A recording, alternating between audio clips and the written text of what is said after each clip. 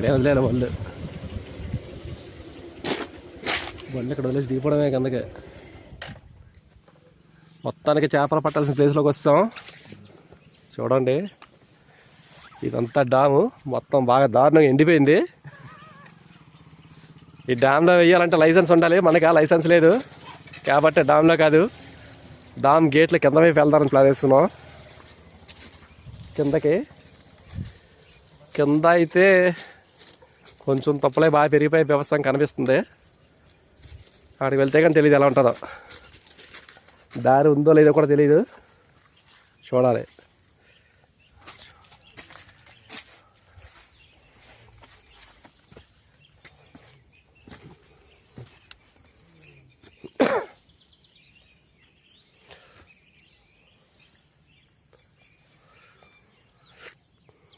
Raiwada reservoir